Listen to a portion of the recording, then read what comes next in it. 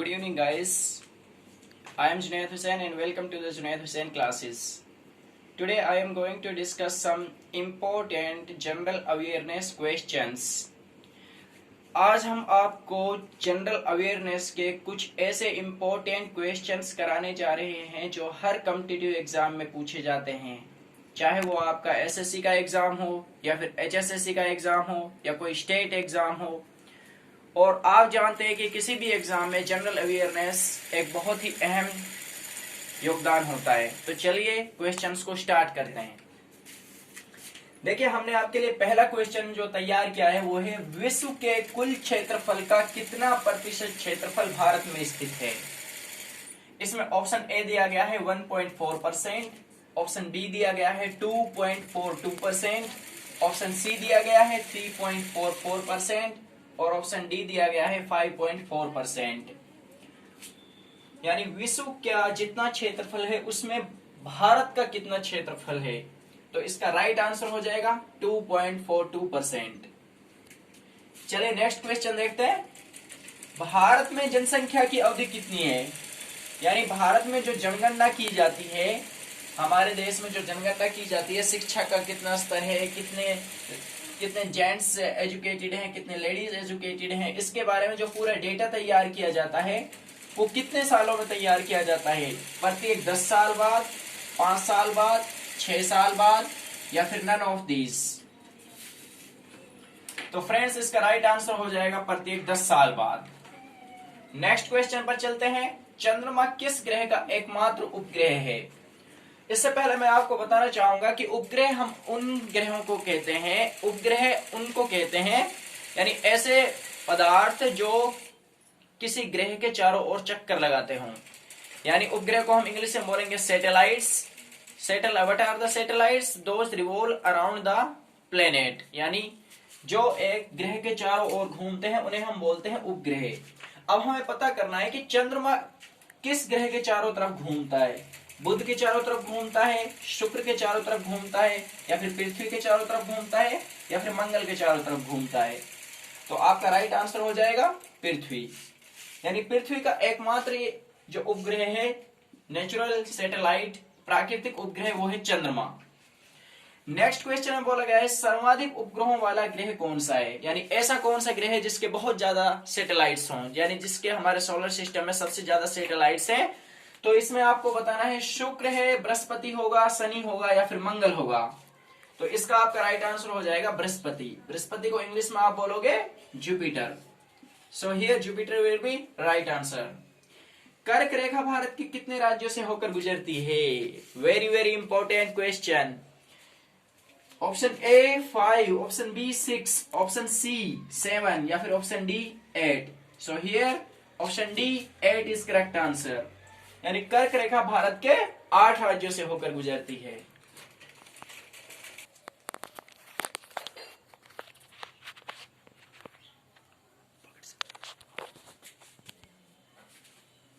देखिए अब हम 6th क्वेश्चन पर आ गए हैं। सूर्य का मुख्य संघटक क्या है, यानी what are the components of a sun. हमारा जो सूरज होता है, सूर्य होता है, वो किन किन मुख्य चीजों से मिलकर बना होता है या मुख्य एलिमेंट से मिलकर बना होता है। तो इसमें आपके लिए पहला जो ऑप्शन दिया गया है ये हाइड्रोजन और हीलियम से बना होता है। दूसरा ऑप्शन दिया गया है ये लिथियम और हाइड्रोजन से बना हुआ है। तीसरा ऑप्शन दिया गया है ऑक्सीजन या नाइट्रोजन से बनाया हुआ है, या फिर डी है नन ऑफ दिस। तो इनमें से आपका राइट आंसर हो जाएगा हाइड्रोजन एंड हीलियम। हमारा जो सन होता है वो हाइड्रोजन और हीलियम से मिलकर बना होता है। सूर्य का दीप्तिमान सतह क्या कहलाता है। हमारे जो सन है उसके जो सरफेस है, उसका जो दीप्तिमान सतह है यानी जो चमकने वाला भाग है वो क्या कहलाता है। जो सूर्य का जो चमकने वाला या प्रकाश देने वाला भाग है उसे क्या कहते हैं। वर्णमंडल, प्रकाश मंडल, स्थल मंडल या वायुमंडल। तो इसमें आपका राइट आंसर हो जाएगा प्रकाश मंडल। हियर प्रकाश मंडल is right answer. Next question पर चलते हैं। सी ऑफ ट्रैंक्विलिटी कहां पर स्थित है। ये सी ऑफ ट्रैंक्विलिटी कोई जगह का नाम है, ये आपको बतानी है कहां पर स्थित है। पृथ्वी पर है, ऑप्शन बी चंद्रमा पर है, ऑप्शन सी मंगल ग्रह पर है या फिर ऑप्शन डी शुक्र ग्रह पर है। तो यहां पर आपका जो राइट आंसर हो जाएगा वो हो जाएगा चंद्रमा पर, यानी सी ऑफ ट्रांक्विलिटी कहां पर स्थित है? चंद्रमा पर। जनसंख्या का अध्ययन क्या कहलाता है? जो हम जनसंख्या के बारे में स्टडी करते हैं, study of the population. What is called the study of population? Epigraphy, option B pomology, option C demography, या option D democracy. So here option C demography is right answer. यानी जनसंख्या का अध्ययन क्या कहलाता है? डेमोग्राफी। उसके बाद हम चलेंगे भारत की प्रथम नियमित जनगणना 1881 ईस्वी में किसके शासनकाल में हुई थी? जो भारत की पहली जनगणना हुई थी 1881 ईस्वी में, वह किसके शासनकाल में हुई थी? ऑप्शन ए लॉर्ड लिटिल के शासनकाल में, ऑप्शन बी लॉर्ड मियो के शासनकाल में, ऑप्शन सी लॉर्ड डलहौजी के शासनकाल में, या फिर ऑप्शन डी लॉर्ड रिपन के शासनकाल में। क्या होगा right answer? Guys here option D Lord Ripon is right answer. उस टाइम पर जो हमारा यानी यहाँ पर गवर्नर जनरल था वो रहा था लॉर्ड रिपन 1881 ईस्वी में।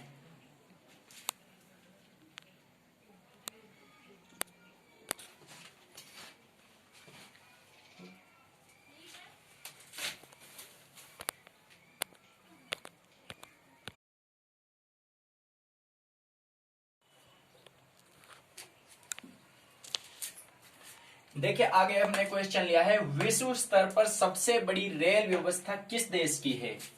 अगर हम वर्ल्ड लेवल की बात करें तो पूरी दुनिया में ऐसा कौन सा देश है जिसकी जो रेल व्यवस्था है, रेल फैसिलिटी है, वो सबसे अच्छी है?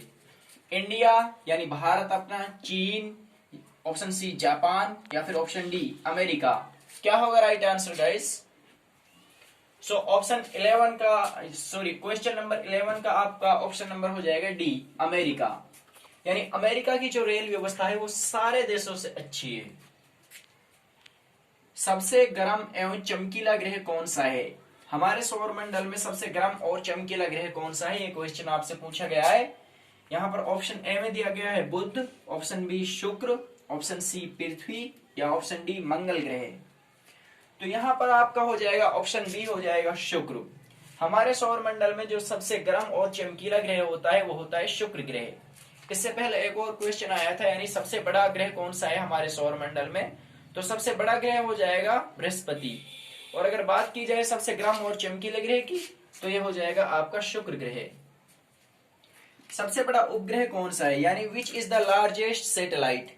सबसे बड़ी सैटेलाइट कौन सी है, सबसे बड़ा उपग्रह कौन सा है? Option A Deimos, option B Phobos, option C Titania, या फिर ऑप्शन डी गैनीमेड।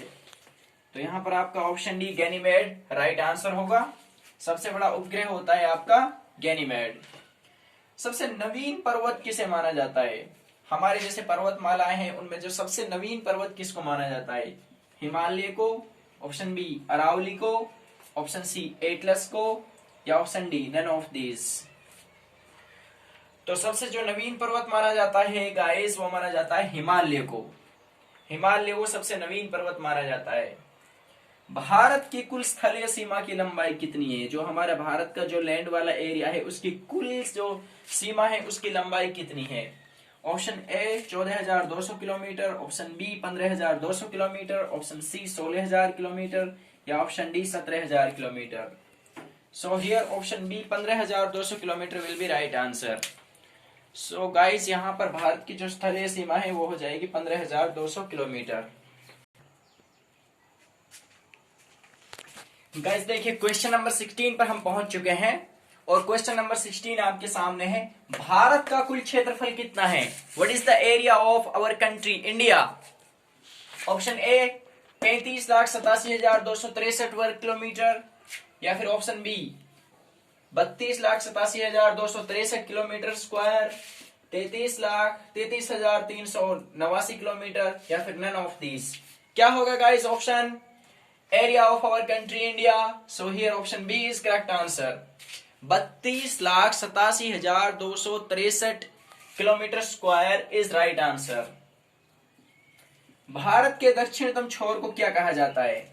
यानी हमारे भारत के, हमारे इंडिया के जो साउथ ईस्ट पॉइंट है, जो सबसे साउथ ईस्ट पॉइंट है, जो सबसे दक्षिणतम पॉइंट है, जो दक्षिण की तरफ जो छोर है इंडिया का, वो कौन सा है? रामेश्वरम है, ऑप्शन बी कन्याकुमारी है, ऑप्शन सी इंदिरा पॉइंट है, या फिर ऑप्शन डी केप कोमोरिन है।